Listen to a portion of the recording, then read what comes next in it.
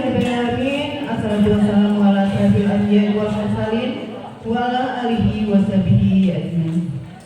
Alhamdulillah, puji syukur pada Allah Subhanahu wa taala sehingga kita semua bisa berkumpul pada hari ini dalam keadaan sehat walafiat, dan juga kita masih bisa menjalankan aktivitas kita sebagai guru dan juga tenaga pendidikan yang lain yang tujuannya adalah kita mencerdaskan anak-anak didik kita menuju visi yang telah kita tentukan kemarin. Salam dan salam kita kirimkan untuk Nabi besar kita Muhammad Sallallahu Alaihi Wasallam yang telah mengajarkan kita menjadi manusia yang berakhlak dan berilmu seperti yang kita rasakan pada saat ini. Baiklah, pada pagi hari ini kita akan melaksanakan kegiatan diseminasi pemahaman disiplin positif.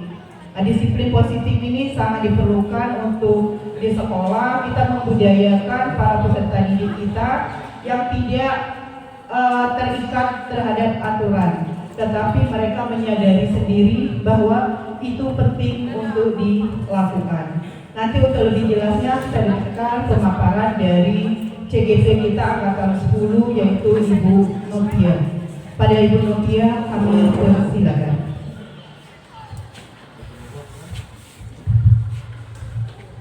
Baiklah, Assalamualaikum warahmatullahi wabarakatuh. Assalamualaikum warahmatullahi wabarakatuh. Sebelumnya terima kasih kepada Ibu Andi yang telah memberikan kesempatan kepada saya untuk menyampaikan sebenarnya ini adalah aksi nyata dari modul 1.4 yang telah kami pelajari, yaitu budaya positif.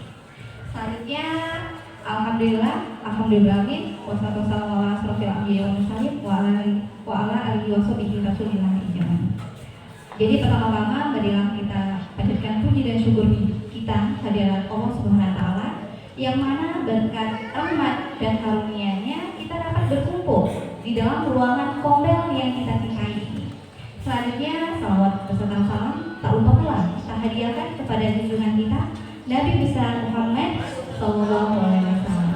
Baiklah Bapak Ibu, pada kesempatan ini izinkan saya Bapak Ibu untuk memaparkan aksi nyata dari modul 1.4 budaya positif. Jadi sebenarnya Bapak Ibu yang kita lakukan ini adalah merupakan diseminasi pemahaman budaya positif. Kenalkan dulu, nama saya Novia Monika Elpa. Saya merupakan CGP angkatan 10 Kabupaten Lombok. Dalam kesempatan ini yang akan kita bahas dari budaya positif ini, yaitu yang pertama adalah perubahan paradigma belajar, yang kedua apa itu disiplin positif, yang ketiga nilai-nilai kebajikan, yang keempat ada kebutuhan dasar manusia, dan kelima ada memotivasi perilaku manusia, yang keenam adalah posisi kontrol guru, yang ketujuh keyakinan kelas, dan yang terakhir itu adalah penerapan segitiga restitusi.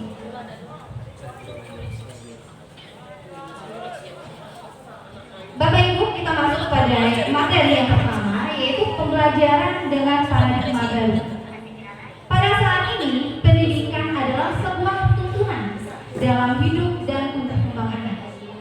Di sini menurut tujuan pembelajaran dari Ki Hajar Dewantara, tujuan pembelajaran adalah menuntut segala kodrat yang ada pada anak-anak agar mereka dapat mencapai keselamatan dan kebahagiaan yang setinggi-tingginya, baik sebagai manusia maupun sebagai anggota masyarakat. Itulah tujuan dari pembelajaran menurut Ki Hajar Dewantara.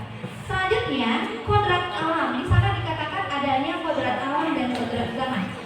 Yang dimaksud dengan kodrat alam ini, itu merupakan kondisi sejak lahir yang dipengaruhi oleh kultur budaya dan lingkungan tempat anak itu berada. Selanjutnya adalah kodrat zaman, Bapak Ibu. Jadi kodrat zaman ini adalah perubahan yang selalu terjadi dari waktu ke waktu. Jadi pada zaman sekarang adalah zaman globalisasi, digitalisasi. Begitulah yang dinamakan dengan kodrat zaman. Selanjutnya Bapak Ibu, di sini adalah lanjutan dari yang tadi. Pembelajaran dengan paradigma baru itu dirancang berdasarkan prinsip pembelajaran yang terdiferensiasi yang telah kita pelajari sebelumnya ini. Jadi terdiferensiasi sehingga setiap siswa belajar sesuai dengan kebutuhan dan tahap perkembangannya untuk mewujudkan profil pelajar Pancasila. Selanjutnya Bapak Ibu, di sini kita masuk ke materi selanjutnya, yaitu adalah disiplin positif. Jadi disiplin berasal dari bahasa Latin yaitu disiplina, yang artinya disiplin yang bertujuan untuk menumbuhkan kesadaran serta memberdayakan peserta didik tanpa imbalan atau penghargaan, atau dinamakan juga dengan reward nantinya, dan ancaman atau dinamakan juga dengan hukuman. Jadi sebagai pendidik, tujuan kita adalah menciptakan peserta didik yang memiliki disiplin diri sehingga mereka berperilaku mengacu pada nilai-nilai kebajikan universal dan memiliki motivasi intrinsik dalam perubahan perilaku ke arah yang lebih baik. Itulah yang dinamakan dengan disiplin positif. Selanjutnya, nilai-nilai kebajikan. Di sini saya ada memaparkan ada 3 contoh dari nilai kebajikan. Yang pertama di sana adalah profil pelajar Pancasila. Jadi profil pelajar Pancasila ini yang di dalamnya itu adalah dimensi-dimensi yang terdapat dalam profil pelajar Pancasila. Yang pertama, beriman dan bertakwa kepada Tuhan Yang Maha Esa dan berakhlak mulia, berkebinekaan global, gotong royong, mandiri, kreatif, dan bernalar kritis. Sedangkan menurut IBO, Primary Year Program PYP atau dinamakan juga dengan International Baccalaureate Organization. Jadi mereka mengatakan bahwa nilai-nilai kebajikan itu terdiri dari toleransi, rasa hormat, integritas, mandiri, menghargai, antusias, empati, keingintahuan, kreativitas, kerjasama, percaya diri, dan komitmen. Itu yang disampaikan oleh IBO. Selanjutnya, itu adalah keterampilan hidup atau dinamakan juga dengan life skill. Adapun nilai kebajikan yang terdapat dalam life skill ini, yaitu dapat dipercaya, lurus hati, pendengar yang aktif, tidak merendahkan orang lain, dan memberikan yang terbaik dari diri. Itulah nilai-nilai kebajikan. Selanjutnya Bapak Ibu, sebelum kita lanjut pada materi selanjutnya, yaitu kebutuhan dasar dari manusia, kita ada sedikit permainan Bapak Ibu biar menghidupkan suasana. Jadi permainannya Bapak Ibu itu adalah tepuk ya, tepuk 1, 2, dan 3. Jadi kita coba dulu kalau tepuk 1.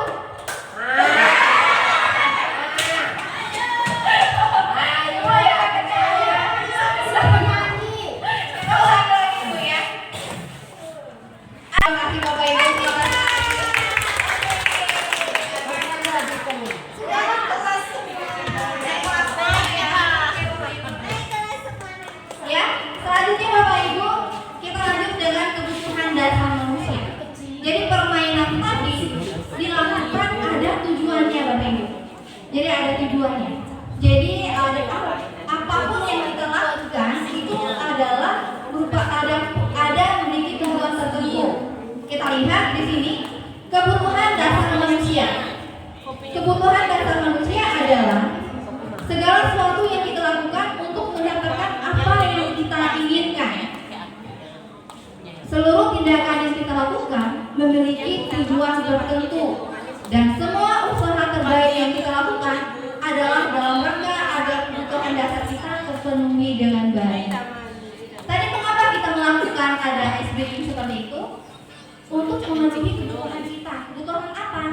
Yang tadi adalah rasa senang, rasa bahagia, itu yang harus kita penuhi. Selanjutnya Bapak Ibu, di sini ada 5 kebutuhan dasar manusia. Yang pertama adalah kebutuhan bertahan hidup. Kalau bertahan hidup ini meliputi makan, pakaian, tempat tinggal, keamanan, kesehatan, itu termasuk pada kebutuhan bertahan hidup. Yang kedua, Bapak Ibu, di sini adalah kasih sayang dan rasa diterima. Kasih sayang dan rasa diterima ini merupakan rasa diterima, rasa dipedulikan, rasa berbagi, kerjasama, menjadi bagian dari kelompok. Itu adalah kebutuhan kasih sayang. Kalau anak-anak didik kita di dalam kelas ribut, tidak memperhatikan pelajaran, mungkin saja mereka sedang membutuhkan kasih sayang dan rasa ingin diterima. Selanjutnya adalah penguasaan. Penguasaan ini adalah berupa harga diri, keinginan untuk dianggap, untuk memimpin, berprestasi, diakui, dan didengar. Ketika anak itu ingin mendapatkan prestasi, itu merupakan kebutuhan penguasaan. Yang keempat, ini adalah kebebasan atau dinamakan dengan freedom. Di sini dalam freedom ini atau kebebasan, mereka inginkan adalah mandiri, memiliki pilihan, mencoba hal baru, mampu mengendalikan arah dirinya. Itu yang dikatakan dengan mandiri. Selanjutnya, kesenangan.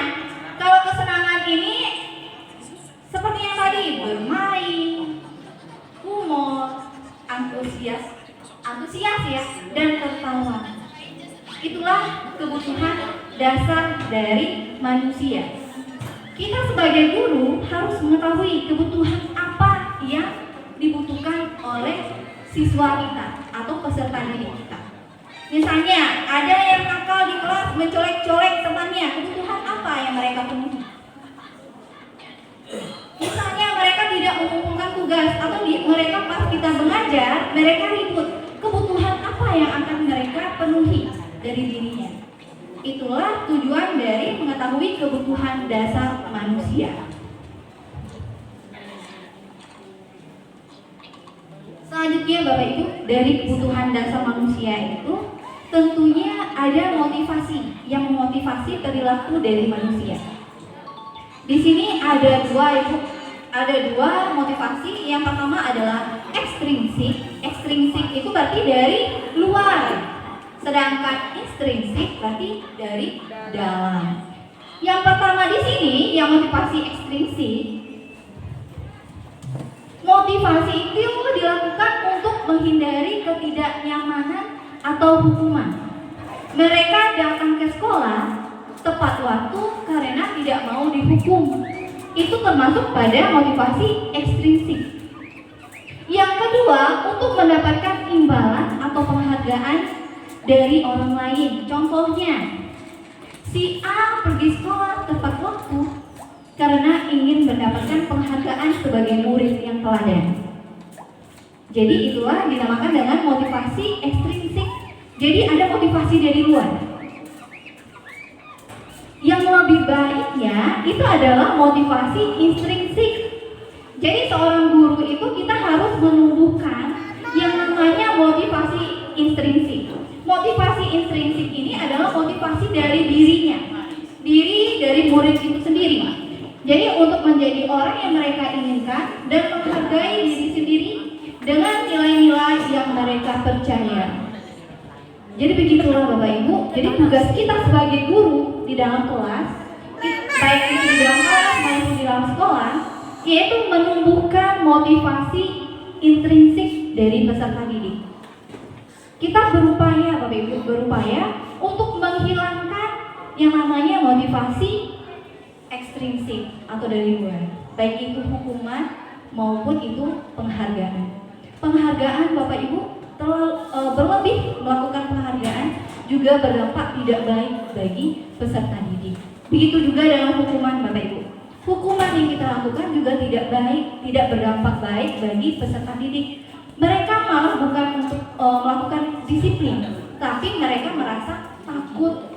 Jadi itulah dinamakan dengan motivasi ekstrinsik dan motivasi intrinsik. Selanjutnya Bapak Ibu, yang kita lihat itu adalah perbedaan antara hukuman, konsekuensi, dan ada restitusi. Yang pertama Bapak Ibu di sini adalah hukuman. Kalau hukuman tidak terencana dan tiba-tiba, itu sering sekali Bapak Ibu kita lakukan. Misalnya dia terlambat masuk kelas, kamu terlambat masuk kelas, silakan lari lapangan, silakan lari lapangan 10 kali. Itu merupakan hukuman. Jadi tidak terencana dan secara tiba-tiba.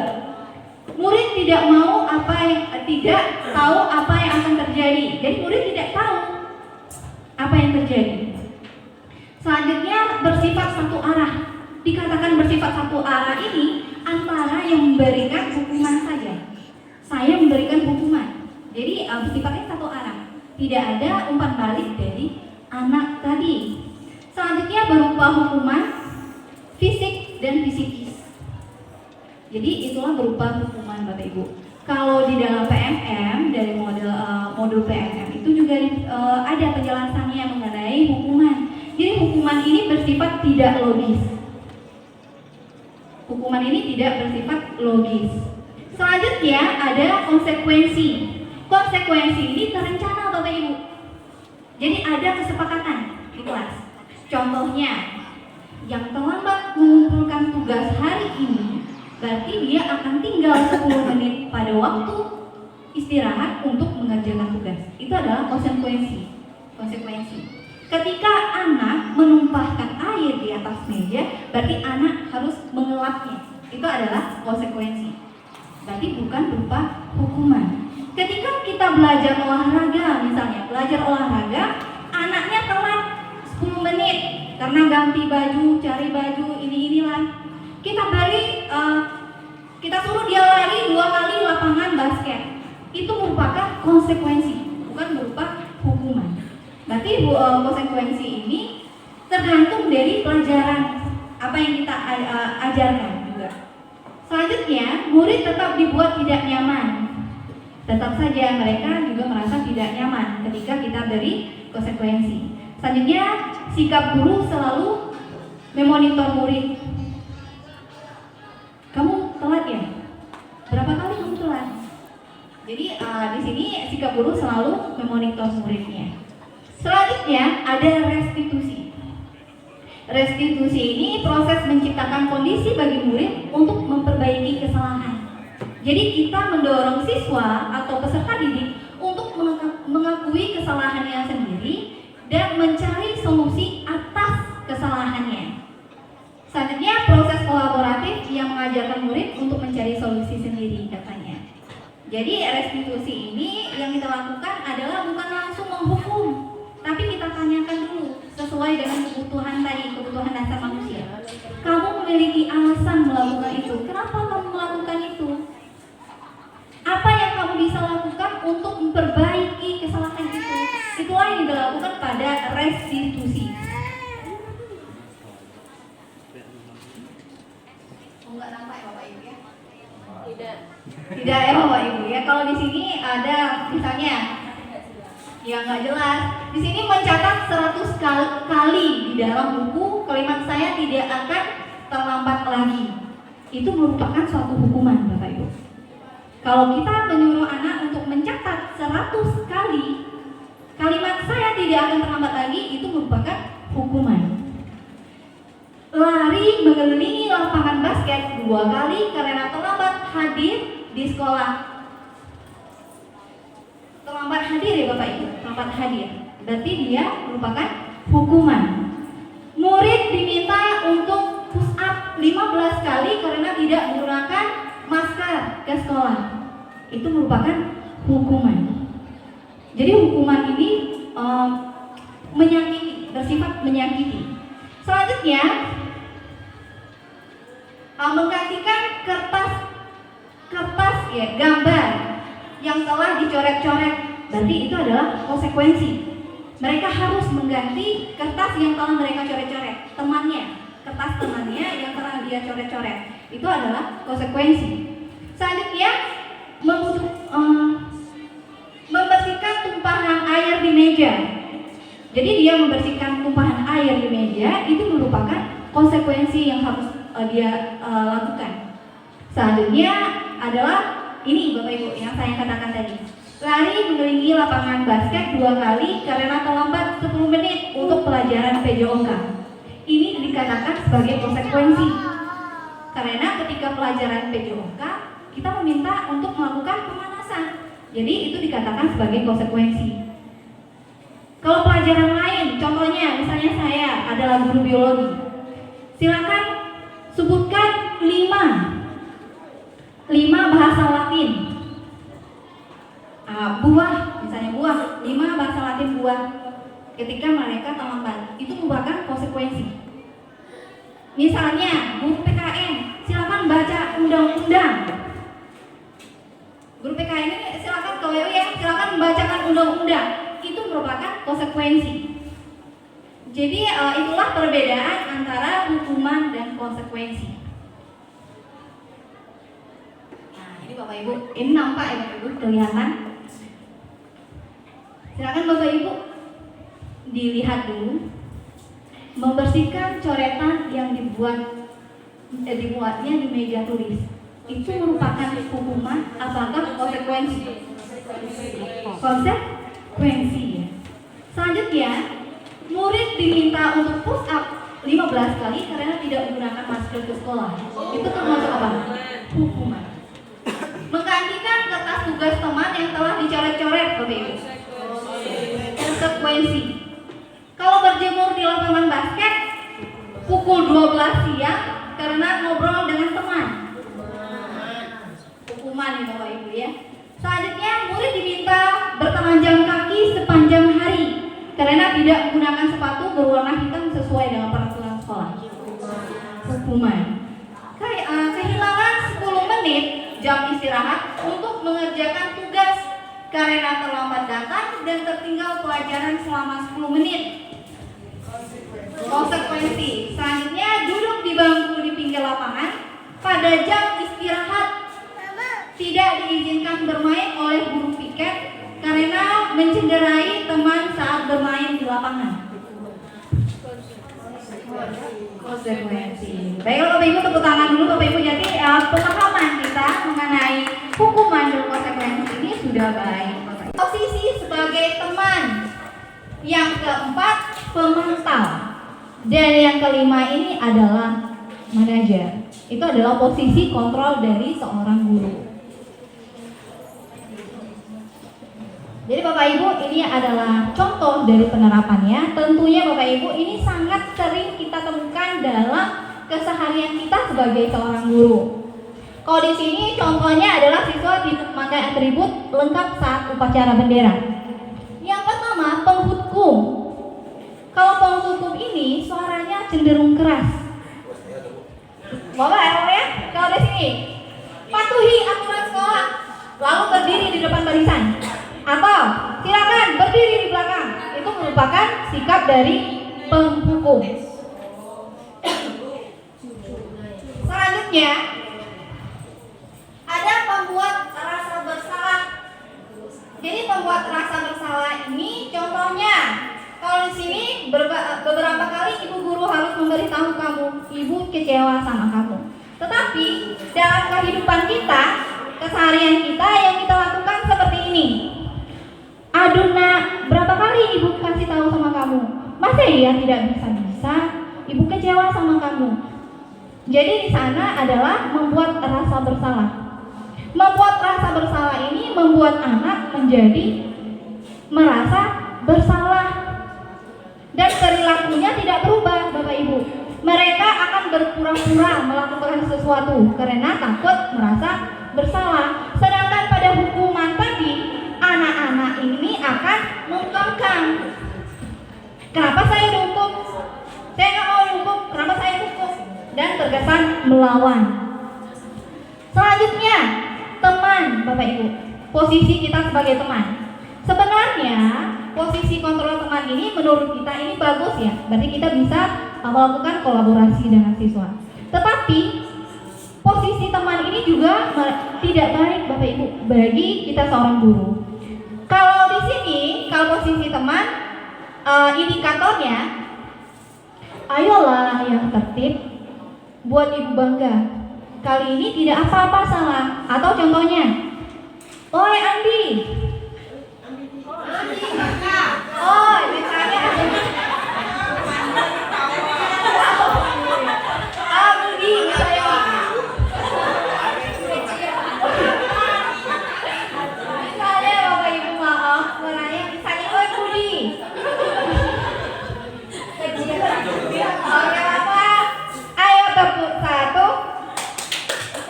Ayo tepuk 2. Ayo tepuk 3. Oke, Bapak Ibu kita fokus lagi. Jadi di sini contohnya, oi Budi, oi terlambat lagi katanya. Oi masa iya terlambat lagi?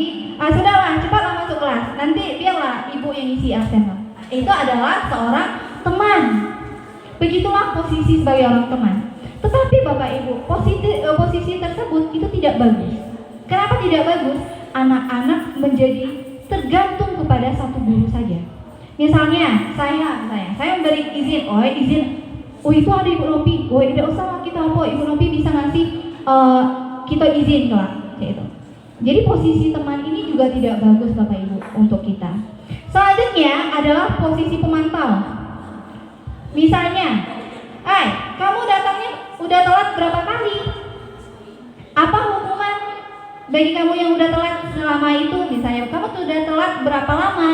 10 menit. Apa hukumannya? Kamu kan sudah tahu apa konsekuensinya. Itu adalah pemantau Bapak Ibu. Jadi kita memantau. Si A ini datangnya sudah berapa kali terlambat. Itu yang dinamakan dengan pemantau. Selanjutnya adalah manajer ya Bapak Ibu. Kalau manajer ini kita bertanya dulu. Kita mengetahui dulu apa penyebab dari mereka itu terlambat. Mengapa tidak lengkap pakaiannya? Itu yang akan kita lakukan terlebih dahulu. Kalau di sini, apakah kamu tahu kesalahan kamu? Kira-kira bagaimana kamu akan memperbaiki kesalahan itu? Itu adalah indikator untuk manajer. Contohnya dalam sehari-hari. Kamu terlambat ya hari ini. Kenapa terlambat? Saya telat bangun, Bu. Apa yang dapat kamu lakukan untuk tidak terlambat lagi? Itu yang dilakukan oleh posisi manajer tersebut. Selanjutnya Bapak Ibu, di sini adalah keyakinan kelas. Ada keyakinan kelas Bapak Ibu. Pertanyaannya Bapak Ibu, mengapa keyakinan kelas? Mengapa tidak peraturan kelas? Ada Bapak Ibu yang bisa menjawab? Mengapa keyakinan kelas? Mengapa tidak peraturan kelas? Ada yang bisa Bapak Ibu? Mengapa harus keyakinan kelas? Kenapa tidak peraturan kelas? Kalau peraturan itu mungkin dibuat sepihak. Oke ya. Mungkin kalau untuk peraturan itu nanti dibuat oleh satu pihak, artinya mungkin dibuat oleh guru saja. Tapi kalau keyakinan kelas artinya itu antara siswa dengan guru, jadi bersama-sama seperti itu. Jadi ada kesepakatannya bersama sehingga anak bisa mematuhi karena itu juga disetujui oleh anak. Seperti itu ya mungkin. Ibu Helma, terima kasih Ibu Helma. Di sini Ibu Helma yang disampaikan oleh Ibu Helma tadi itu sudah sangat benar sekali. Kenapa harus keyakinan kelas? Kenapa tidak peraturan? Kita lihat di sini Bapak Ibu, mengapa kita memiliki peraturan tentang menggunakan helm? Kalau kita hanya mengatakan harus menggunakan helm tanpa ada penyebabnya, berarti kita keyakinan ini merupakan kesepakatan bersama yang disepakati oleh bersama-sama, baik itu guru dengan siswanya.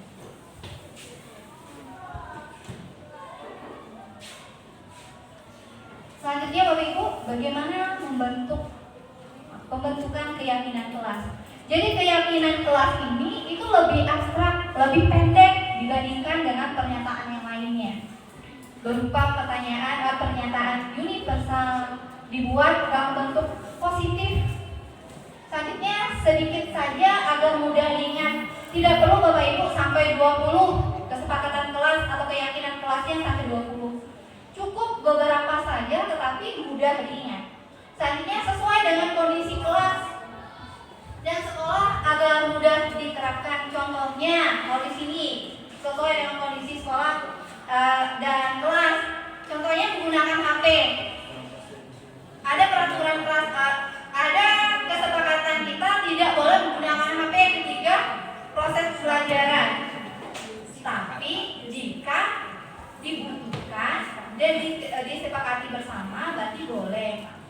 Tergantung dari gurunya masing-masing. Selanjutnya, semua warga kelas atau sekolah dilibatkan dalam penyusunannya.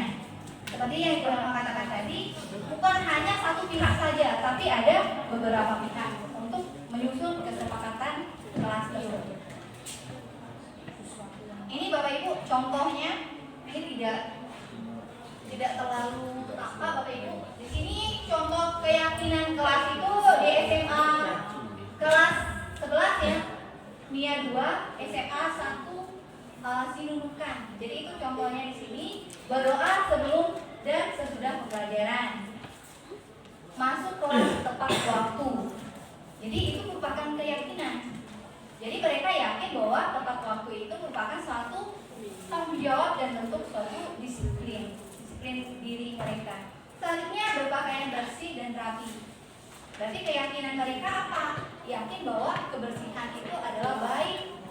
Selanjutnya belajar sungguh-sungguh dalam mengerjakan tugas tepat waktu.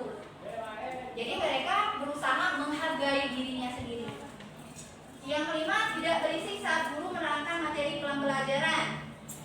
Tidak mentertawakan teman jika salah. Dilarang bermain HP di dalam kelas. Menghormati guru dan saling menghormati teman-teman sesama teman.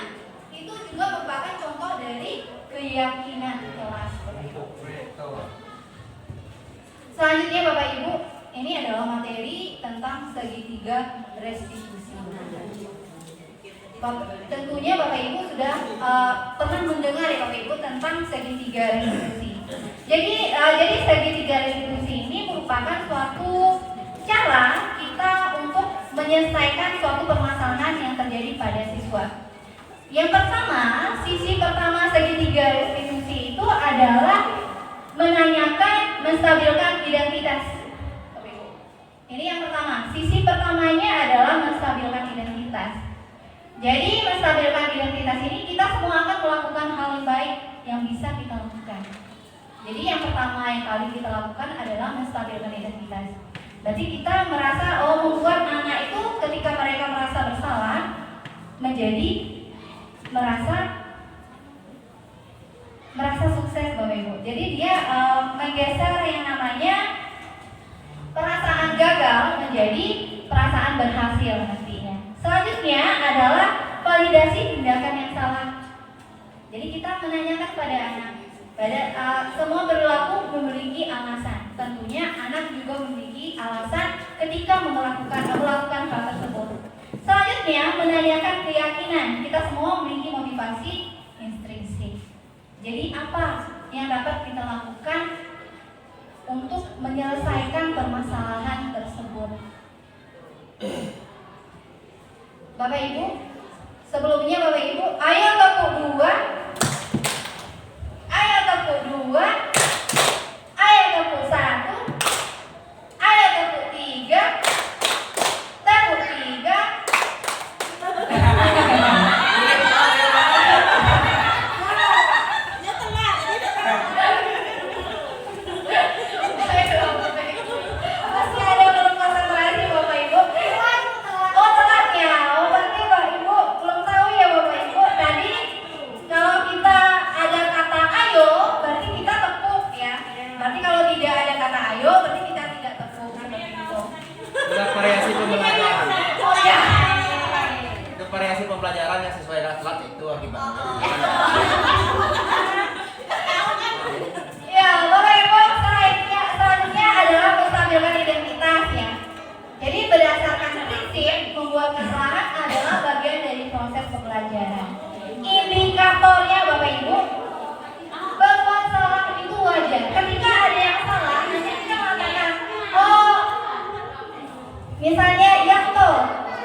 berbuat salah itu adalah kewajiban.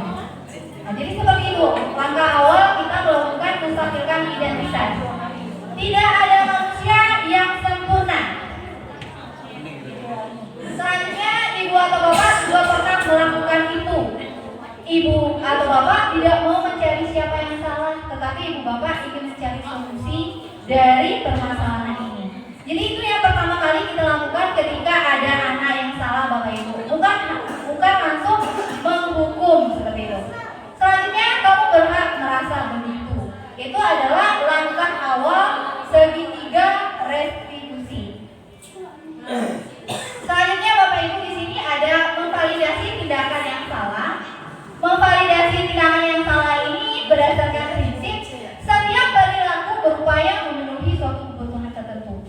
Makanya tadi kita mempelajari kebutuhan dasar dari manusia.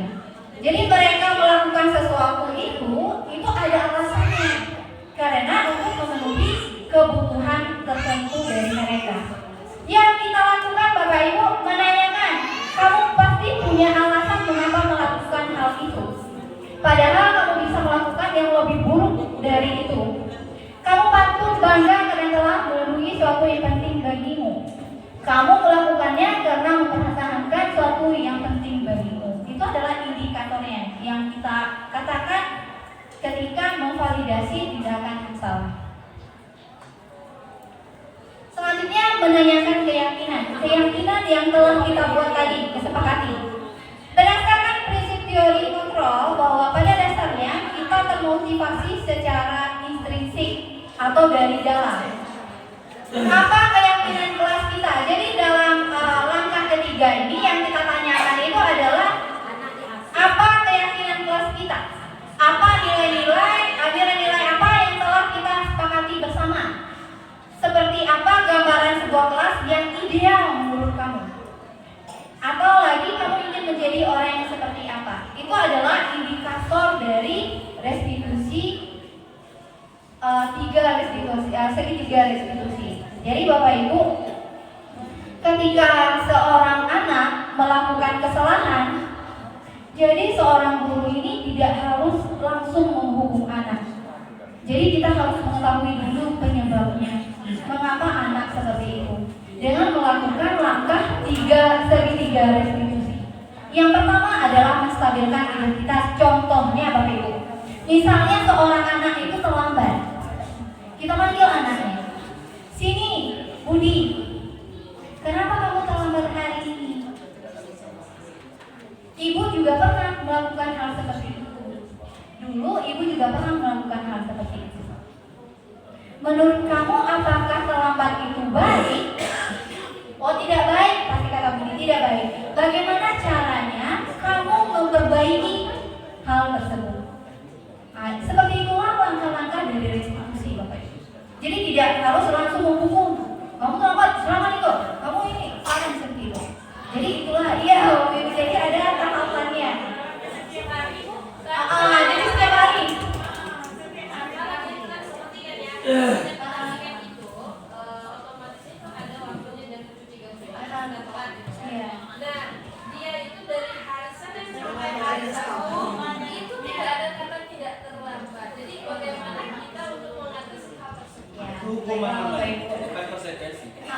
Jadi seperti ini bapak ibu, tugas kita adalah sebagai guru itu melihat dulu bapak ibu, mengapa dia terlambat sampai seminggu terlambat terus. Apa penyebab dari terlambat itu? Apakah dia telat bangun? Apakah tadi malam dia begadang? Apakah apa? Jadi rata-ratanya adalah begadang ya bapak ibu. Mengapa? Apakah mereka begadang? Jadi seorang guru kita harus mengetahui dulu mengapa mereka begadang. Kebutuhan apa yang akan mereka penuhi? Contohnya bermain tadi, mereka main game, berarti dia adalah untuk memenuhi kebutuhan bermain. Bagaimana kita sebagai guru menyikapinya? Kita cari sumbernya, orang tua. Berarti kita berkolaborasi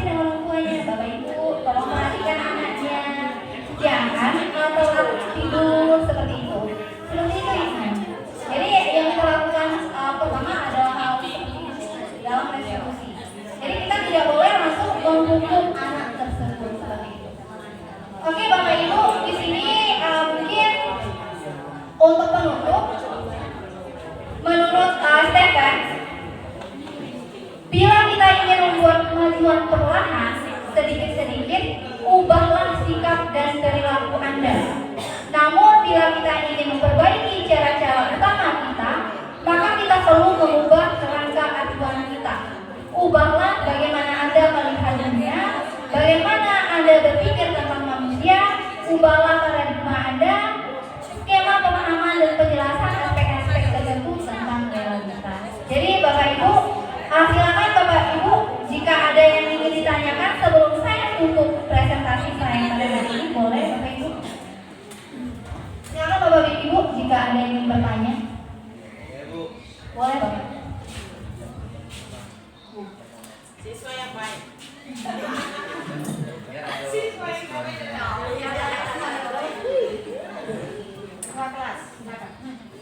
Oke, terima kasih kepada Ibu Novi, tentunya sedikit banyaknya menambah wawasan kami. Yang saya ingin tanyakan tadi, bahkan saya sempat bertanya langsung dengan Ibu Edi karena beliau juga basicnya guru bahasa Indonesia, gitu kan? Karena jujur saja hari ini saya juga dapat istilah baru lagi. Karena kemarin kita yang terbaru itu kan sampai wali kelas yang masuk buat peraturan itu namanya kesepakatan kelas. Nah, jadi ini ada istilah baru keyakinan. Gitu kan? Jadi maksud saya ini supaya kita memang mengikuti benar-benar apakah itu sudah standarnya dari Kurmer atau standarnya sekolah penggerak istilah-istilah seperti itu, atau justru mungkin apakah ini hal baru gitu kan? Karena terakhir yang saya tahu itu ada namanya istilahnya kesepakatan kelas, dan terakhir juga memang kebetulan dengan pernah menunggu juga istilahnya memang ada kesepakatan kelas. Nah, jadi ini tentunya saya yakin perlu untuk kita, apalagi kita dituju sebagai sekolah penggerak, supaya dapat satu suara lah seperti itu kan. Berarti istilahnya apakah walaupun sebenarnya isinya itu hampir sama semua gitu kan. Tanpa ada Kurmer juga mungkin sedari dulu kita sekolah juga sudah ada namanya kesepakatan seperti itu. Jadi hanya sekedar ingin mengambil apa kesamaan. Nah, satu suara. Kan apakah memang ini yang terbaru lagi gitu kan? Nanti ini kan sering ada ya, produknya baru-baru gitu kan. Sekarang keyakinan yang saya dapat hari ini. Atau saya kan keyakinan kan sama seperti kepercayaan lah gitu kan. Apakah ini istilah memang yang sudah standar sekarang atau yang kesepakatan gitu. Ya. Terima kasih Bu, itu mungkin sedikit pertanyaannya. Oke, terima kasih Bapak. Jadi di sini saya menjelaskan terlebih dahulu Bapak Ibu bahwa keyakinan kelas ini itu diambil dari kumpulan dari kesepakatan kelas Bapak Ibu. Jadi kesepakatan kelas itu ketika kita melakukan kesepakatan kelas, kita mengajak seluruh siswa untuk menyampaikan kesepakatannya. Apa misalnya seperti apa pembelajaran yang mereka inginkan.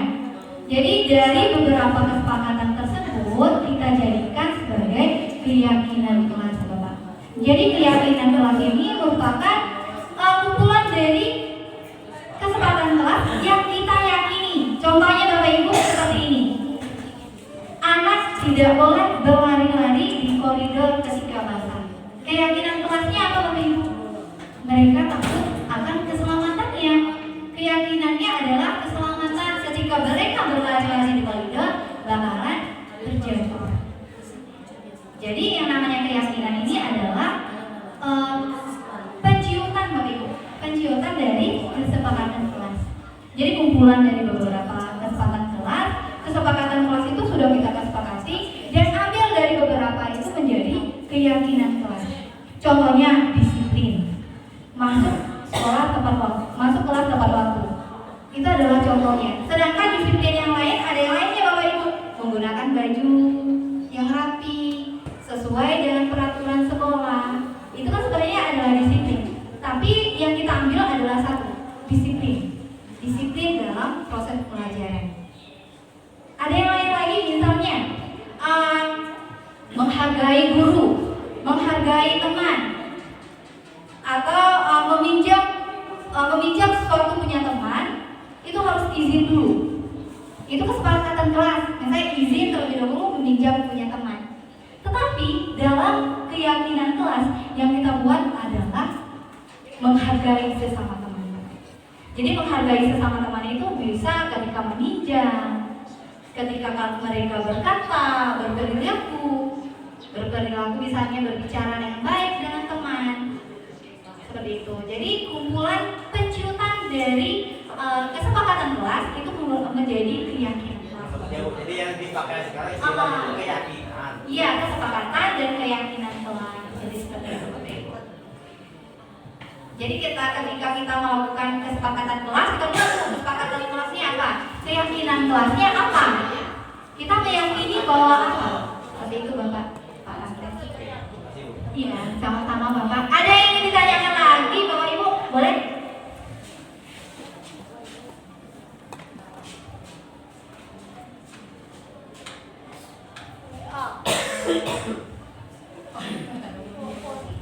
Yang ingin saya tanyakan sedikit aja Bu Novi, ketika di dalam kelas kita membuat suatu kesepakatan, nanti kita ciptakan lagi menjadi sebuah keyakinan ya dalam kelas.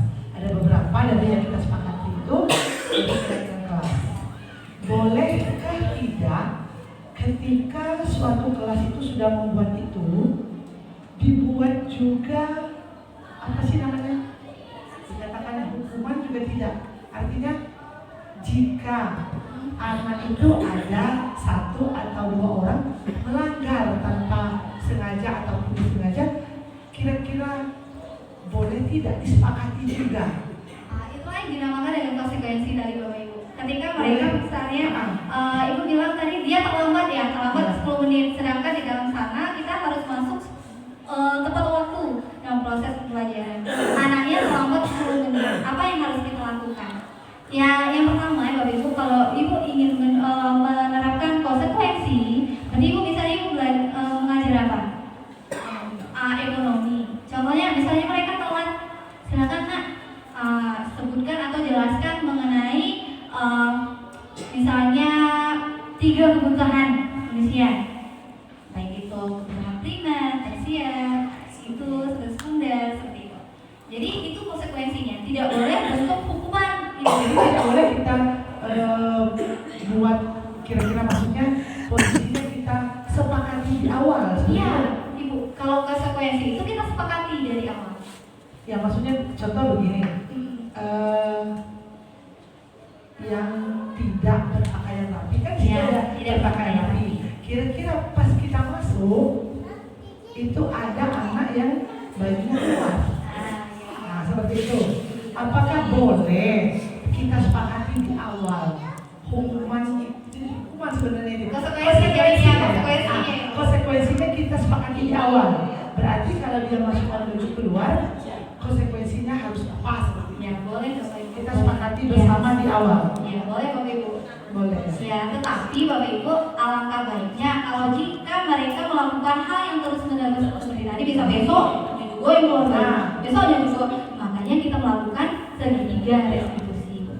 Jadi apa? Bagaimana caranya kita membuat tadi si anak untuk mengetahui keyakinan kelasnya? Yang bahwa tadi harus berpakaian rapi sesuai dengan peraturan sekolah. Jadi ketika mereka melakukan hal yang terus-menerus, besok dia juga, besoknya dia juga, besok dia juga, makanya kita harus melakukan yang namanya segitiga restitusi. Kalau untuk konsekuensi seperti yang kita lihat tadi, tinggal kelas selama 10 menit karena tidak tepat waktu mengumpulkan tugas, berarti adalah konsekuensi. Mereka tahu Bapak Ibu, ketika mereka telah mengumpulkan tugas berarti 10 menit pas istirahat mereka tidak boleh keluar untuk mengerjakan tugasnya. Itu merupakan kesepakatan Ibu. Jadi boleh Ibu, boleh. Tetapi jika tidak ada perubahan, makanya dilakukanlah segitiga restitusi.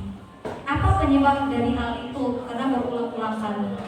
Oke ya, mungkin bagus seperti itu Bu. Cuman kalau saya perhatikan menghadapi anak selama ini itu segitiga restitusi sebenarnya sudah beberapa kali kita lakukan, yaitu dengan memanggil. Tapi intinya di sini Bu, nampaknya harus ada kerjasama dengan orang tua. Karena apa? Ketika kita contoh ya Bu ya, anaknya sering ngantuk dan tidak buat tugas, kita sudah panggil orang tuanya.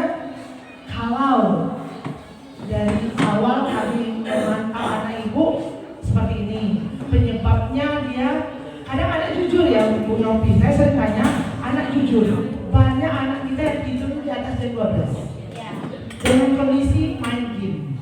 Itu kejujuran yang disampaikan anak ke kita.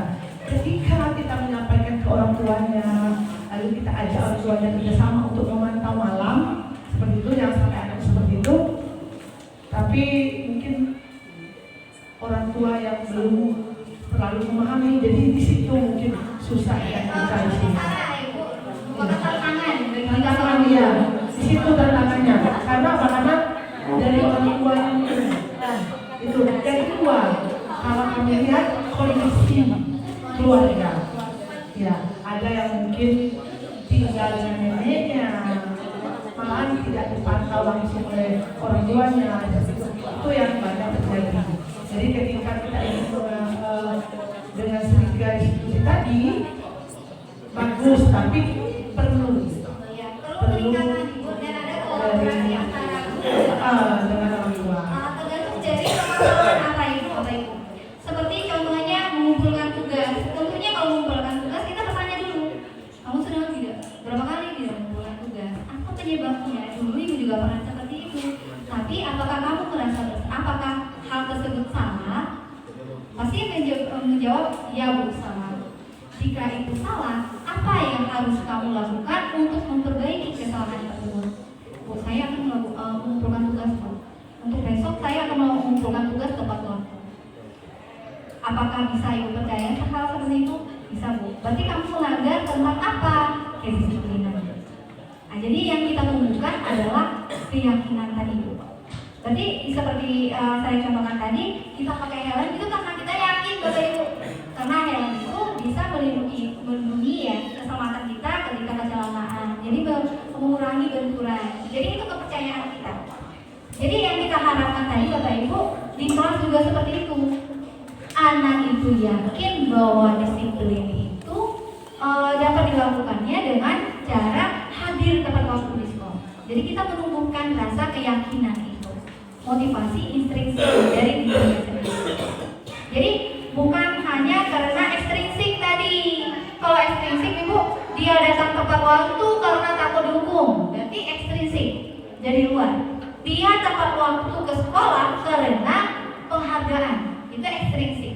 Jadi yang kita tumbuhkan ini adalah motivasi intrinsik, motivasi dari dirinya. Seperti itu Bapak Ibu. Jadi saya sangat bangga sekali Bapak Ibu karena segitiga restitusi itu sudah kita terapkan Bapak Ibu. Namun memang ada kendala-kendala lainnya. Contohnya saja kalau orang tua, jadi siswanya saja seperti itu Ibu. Kalau kita tanya, kamu merasa bersalah enggak? Kadang-kadang mereka diam Ibu, seperti itu. Jadi itulah kendala. Tetapi alangkah baiknya Bapak Ibu kita mencoba, selalu mencoba untuk menerapkan segitiga restitusi di dalam sekolah kita. Seperti itu. Untuk menciptakan Bapak Ibu sekolah damai. Di dalam kurikulum Merdeka ini ada namanya sekolah damai nantinya Bapak Ibu. Jadi untuk mewujudkan disiplin positif, jadi kita mencoba Bapak Ibu untuk menerapkan segitiga restitusi seperti itu. Seperti itu. Ini banyak. Terima kasih banyak. Jika ada lagi Bapak Ibu yang ingin bertanya atau melakukan umpan balik terhadap pelajaran kita pada hari ini, pelajaran penyampaian materi saya pada hari ini, boleh Bapak Ibu? Ada Bapak Ibu yang ingin bertanya, boleh. Yang ingin menyampaikan pendapatnya juga boleh. Ya Bapak Ibu, posisi kontrol itu tidak bisa kita pungkiri Bapak Ibu. Maksudnya kita pernah melakukan yang namanya posisi penghukum. Pasti Bapak Ibu. Posisi teman juga pernah, merasa bersalah juga pernah. Tetapi alangkah baiknya kita melakukan posisi kontrol sebagai manajer. Memang tidak mudah Bapak Ibu, sangat tidak mudah, tetapi kita harus mencoba terus-menerus untuk menjadi suatu posisi manajer tersebut.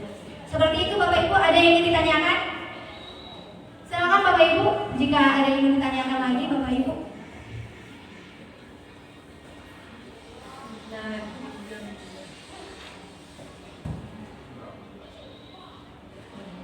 Sudah Bapak Ibu, ada yang ingin ditanyakan lagi? Tidak Bapak Ibu, baiklah sebuah pantun Bapak Ibu untuk menutup acara kita pada hari ini. Ya. Hari Senin ke Kota Tua. Naik kuda membawa pepaya.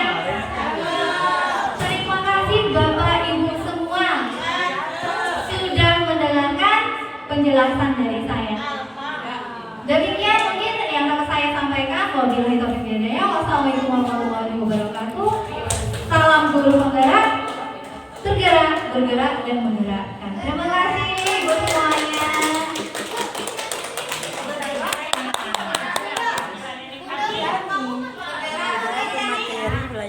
Hah? Dua. Sekwa. Oke, terima kasih pada Ibu Novia yang telah memberikan pemahaman mengenai disiplin positif dan juga penyelesaian masalah siswa dengan segitiga resiko. Semoga yang disampaikan tadi bisa kita laksanakan dalam kegiatan pembelajaran dan juga untuk menumbuhkan budaya positif sekolah. Sekali lagi kami ucapkan terima kasih dan juga kepada rekan-rekan guru yang lain, juga kami dari Kombel juga mengucapkan banyak terima kasih atas partisipasinya, juga Bapak Kepala Sekolah Pak Tri Sutarma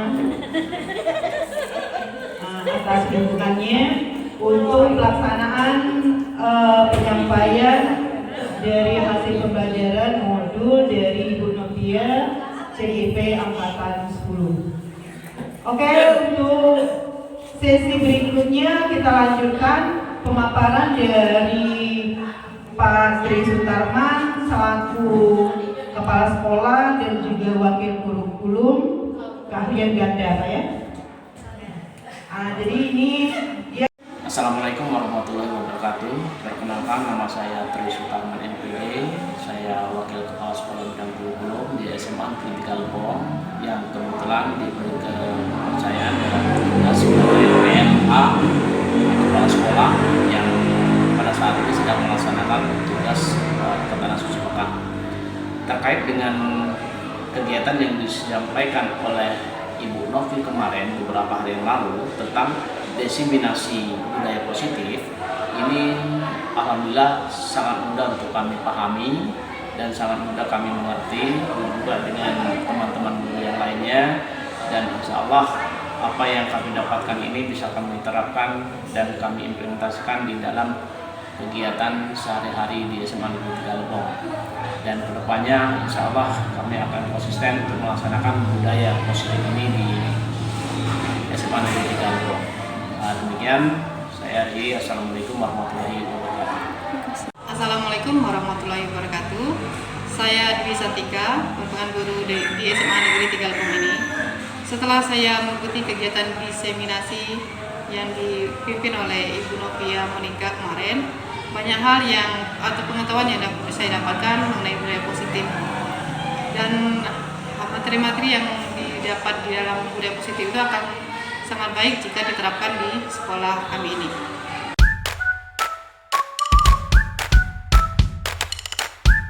Assalamualaikum warahmatullahi wabarakatuh. Waalaikumsalam warahmatullahi wabarakatuh.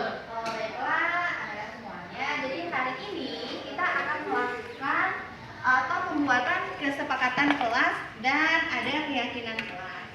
Jadi di sini kesepakatan antara kesepakatan ini merupakan suatu aturan yang kita sepakati, dan keyakinan kelas ini adalah suatu keyakinan. Jadi kalian melakukan sesuatu itu tergantung dari keyakinan kalian. Contohnya, kalau peraturan, kalian ingat ya, suatu peraturan misalnya peraturan ketika membawa motor harus menggunakan helm. Itu adalah suatu peraturan. Tetapi keyakinannya apa?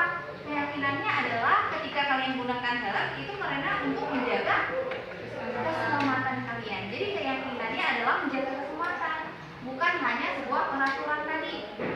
Kalau hanya sekedar peraturan, berarti kalian hanya mendengarkan bahwa menggunakan motor harus menggunakan helm.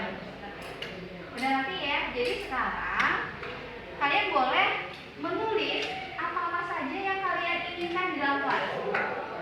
Itu merupakan kesepakatan nanti kita bersama. Jadi apa yang kalian inginkan dari kelas tersebut? Misalnya kalian ingin saling menghormati sesama teman. Contohnya, apalagi kesepakatan kelasnya tidak boleh membawa HP ke sekolah. Itu merupakan sebuah kesepakatan. Boleh ya? Ditulis di dalam post-it ya dan ditempel ke depan nanti.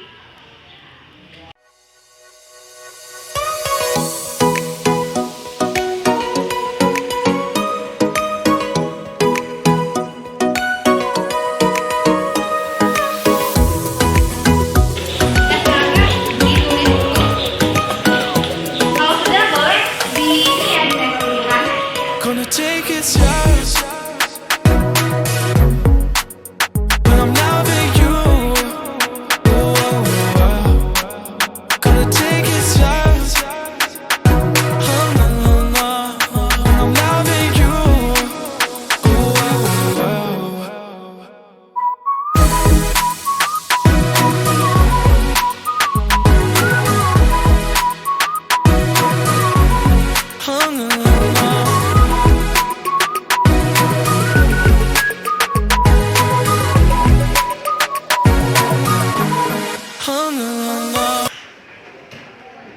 Oke, jadi di depan ini sudah ada apa yang kalian inginkan di dalam kelas ya. Jadi Ibu baca dulu, ada beberapa.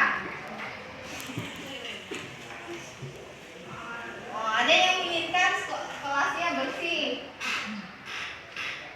Di dalam kelas tidak ada yang boleh terkena kasus merokok, mencuri dan itu sangat merugikan. Ada saling membantu sama lain ya. Tertib saat jam pelajaran. Tetap mentaati peraturan sekolah dan di dalam kelas. Tidak boleh keluar masuk saat jam pelajaran. Ini tidak ingin ada keributan. Oh, keributan di dalam kelas ya. Berarti ingin kelasnya ini ya, damai. Lalu ada tetap kompak dan saling menghargai. Tidak mencontek saat ujian, ini sama ya, tidak curang. Yaitu bersih ya, ini kelasnya bersih, agar suasana kelas kelihatan bersih. Saya ingin kelas yang damai, tenang dan tidak ada keributan. Menghormati sesama di dalam kelas, tidak ngobrol dengan teman pada saat belajar. Tidak boleh merusak properti kelas. Tidak ribut dalam kelas. Oke, baiklah. Jadi semuanya itu merupakan kesepakatan ya. Dari beberapa yang kalian buat tadi, yang Ibu ambil adalah kebersihan kelas ya. Jadi menjaga kebersihan kelas. Berarti tiket harus mengerjakan tugasnya dengan baik. Ingin tidak ada kecurangan di dalam kelas, baik itu dalam ujian. Ada disiplin ya, disiplin waktu. Disiplin waktu dalam melakukan tugas atau mengumpulkan tugas atau tepat hadir di dalam kelas, itu tepat waktu. Ada lagi yang membuat di sini saling menghormati.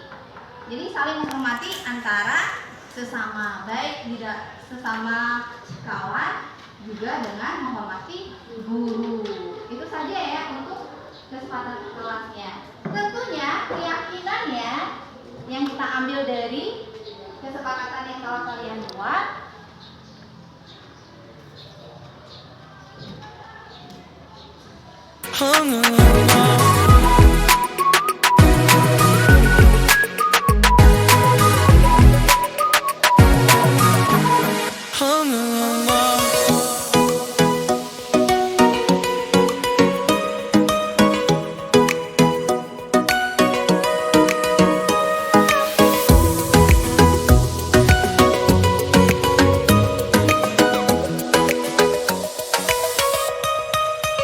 Gonna take it slow. boleh siapa yang ingin maju duluan? I'm loving you. Dari sana maju. Gonna take it slow. I'm loving you. Buat nama dan tanda tangan.